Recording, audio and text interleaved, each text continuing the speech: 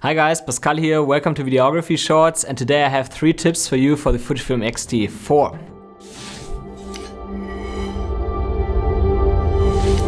So let's come directly to the first tip, and that's about file sizes and how to keep them small. And when it's about file size, you're essentially talking about bit rate, because the higher the bit rate, the bigger the files. And on the Fujifilm X-T4, you have 3 options there. You have either 100, 200 or 400 mbit, while you can only use 400 mbits for 4K up to 30 frames per second, not higher.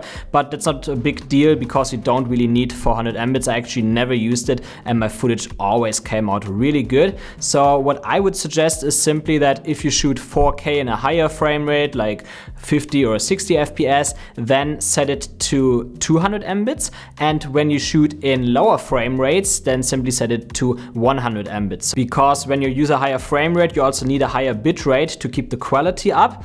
But when you have a lower frame rate, like 24 frames for example, then 100 mbits is actually perfectly fine. I always shoot in HEVC 10-bit though, and I would suggest you to do the same because that ensures that you have the highest quality here. If you have problems editing HEVC footage, then definitely get an M1 Mac. I edit all of my videos on a MacBook Air and it works perfectly fine because these chips handle HEVC footage really well. And some of you guys might know tip 2 already, others don't, and that's that the Fujifilm X-T4 has a functionality called dual ISO. That means that you essentially have 2 base ISOs. You have either 640 ISO, which is the normal base ISO of this sensor, so there you get the highest dynamic range of this camera, but you also get decent noise performance. Like, you don't get too much noise, but it's definitely a bit more as you would get with lower ISOs, but it's perfectly fine there.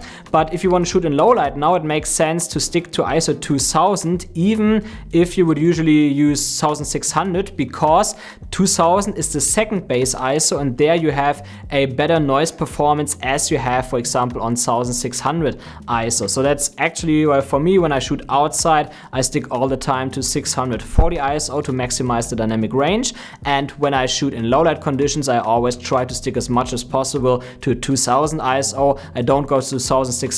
Sometimes I go a bit higher to 3200 or so, but that generally gives me pretty good low light performance. And my third tip is about stabilization with this camera. I used it most of the time with lenses that are not stabilized, which works perfectly fine if I want to get some normal handheld shots there. I always have OIS and DIS, digital image stabilization, turned on, and for this kind of shots it's definitely enough. But the moment I start walking, I want to get a bit longer shot, then it becomes a bit jittery and it's oftentimes hard to fix that in post. But what I noticed here with this lens, the 18 to 55mm, which has optical image stabilization, when I turn this optical image stabilization here on, plus IBIS, plus DIS, then actually the stabilization I get right out of my hand, even while walking, is definitely on a very good level. I usually add a bit more stabilization in post, to be honest, but even for that it's definitely better to have a file that is already good stabilized, so otherwise it's more likely that you get bad results. And by the way, post stabilization also fixes the laggy IBIS that you sometimes get a bit. It doesn't work for every shot, but most of the time it gets pretty good results. So I can only recommend getting a stabilized lens like that. It's quite small, it's lightweight, and it's super cheap, so even if your main lens is something else,